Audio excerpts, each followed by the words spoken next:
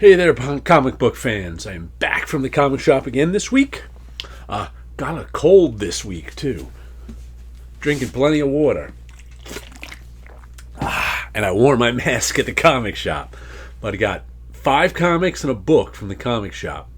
And 1 comic from eBay in the mail. But we'll start with my top of the printer comics. We got a little Night Streets. What number is this? Hold on. I have my glasses around my neck. Night Streets number 5. Was this Bloodworth? Mark Bloodworth, was that his name? An indie comic from the 80s. And we've got Iron Man 36. Iron Man can't possibly stand against Ramrod. This is a Sal Buscema inking Sal Buscema comic. I had to look this one up. I didn't guess this was Sal Buscema, but then when I look at the inks, he's got those little feathers he does on himself on the inks. So I was like, there's one of his tells. So these 2 sat on top of my printer all week. Now I'll put 2 more there. Let's see what else. Oh, this is what I had to get off of eBay. This came out last week, but I forgot to order it. I mean, I didn't get a chance to order it. I missed it on the final order cutoff email I get. This is Venom War number 1, the Chris Geruso variant. Chris is a friend of mine from back in my Marvel days, and he's doing, as I said, he's doing a variant of the main cover. So the guy who's doing the main covers, I forget his name. I think it's Coelho. Chris is doing a variant of his cover. So I'm getting all 5 of Chris's variants. So I'll be reading a little Venom.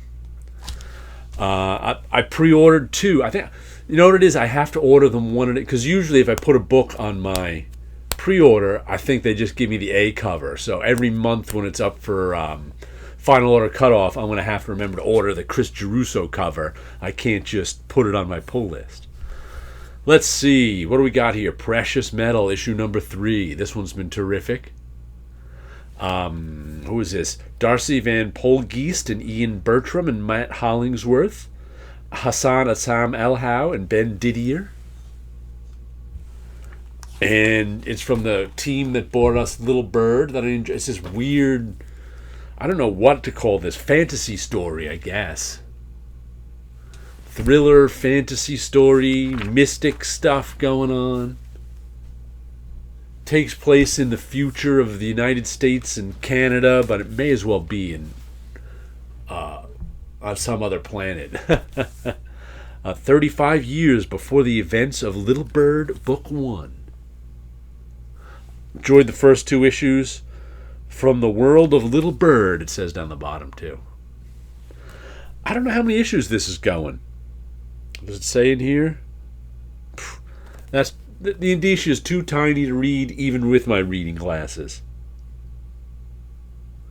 Think it says number 3 of 6, but I won't swear to it. But either way, I know it's a limited series.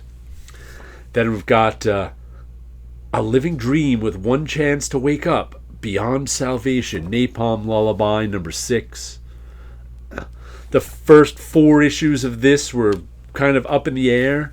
And then last issue, we got an info dump telling us what's going on in this world where a Superman-like baby was found by these people who were in a religious cult, and eventually they took over the world. And there's one of the Superman kids, who's I guess like Supergirl. But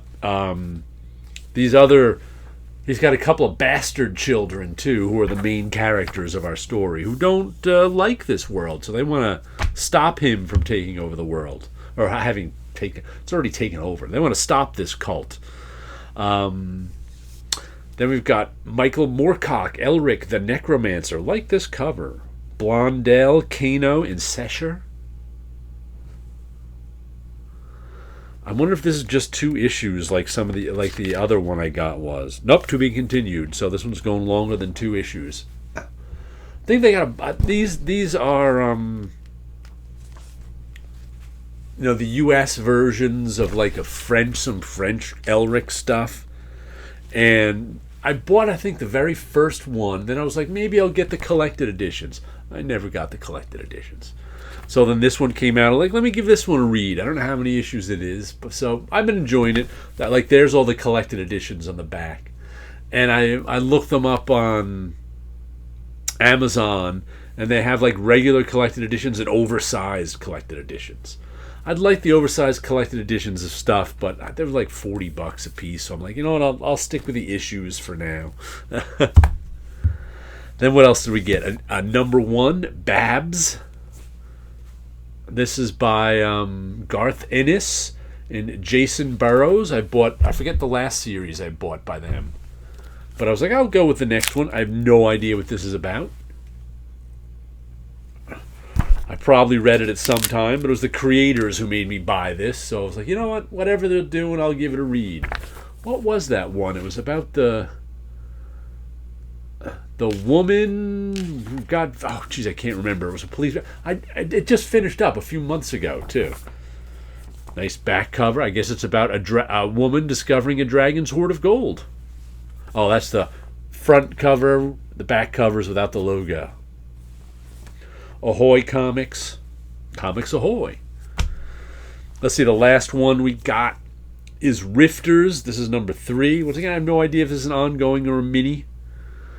But it's about time cops trying to keep the timeline straight. Let's see. It doesn't say what it is in here.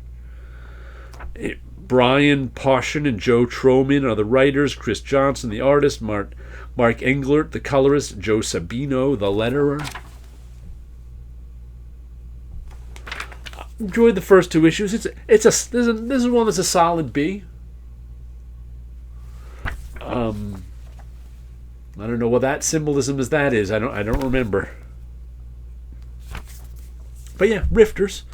Let's see, the last thing I got, I didn't even know was coming out, is the latest Brew and Phillips Houses of the Unholy. There we go. When I hold it like that, you can't see the title. You got to get some of the... It's in shrink wrap. I haven't taken off yet.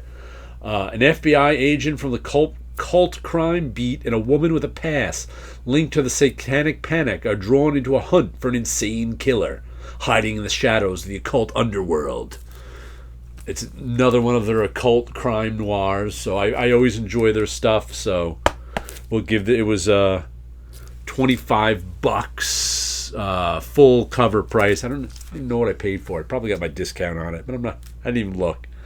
But I always enjoy their stuff. I think I put the last one at my comic shop, but I've been buying them late because the problem with graphic novels, the stuff that comes out as graphic novels, is they always get their prices lower on like eBay or Amazon or even, what's that one everyone uses, graphicSomething.com. So, but I was like, I'll buy this one from my comic shop this week because I didn't have that many comics this week and had a little money in my pocket. So let me show you a little bit of my work back here. This is one I just finished up today. A psychedelic dreamer.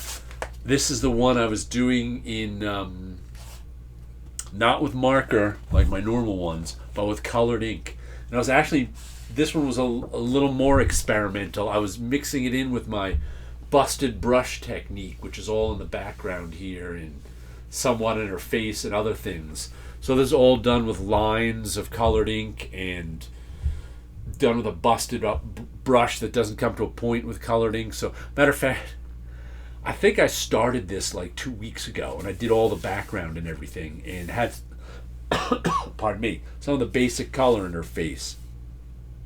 And then just today I came in and laid in all of these strokes of color over top of it and went over the purple line a little more. That's not a black line, that's a deox purple, so it's a little bit different. So trying something a little new, even trying something a little new on my thing. I'm trying a little new, my color ink drawings. Alrighty, I'm gonna have to start a coughing fit soon, so you guys have a good week out there.